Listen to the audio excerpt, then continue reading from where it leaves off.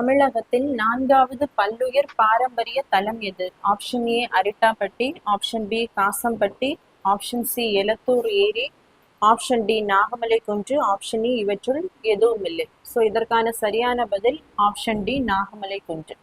So இது எந்தெந்த மாவட்டத்தில் இருக்கு அப்படின்னா, அரிட்டாப்பட்டி வந்து மதுரை, காசம்பட்டி திண்டுக்கல்,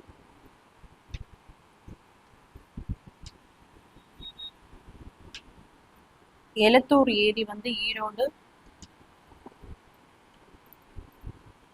நாகமலை குன்றும் ஈரோடு.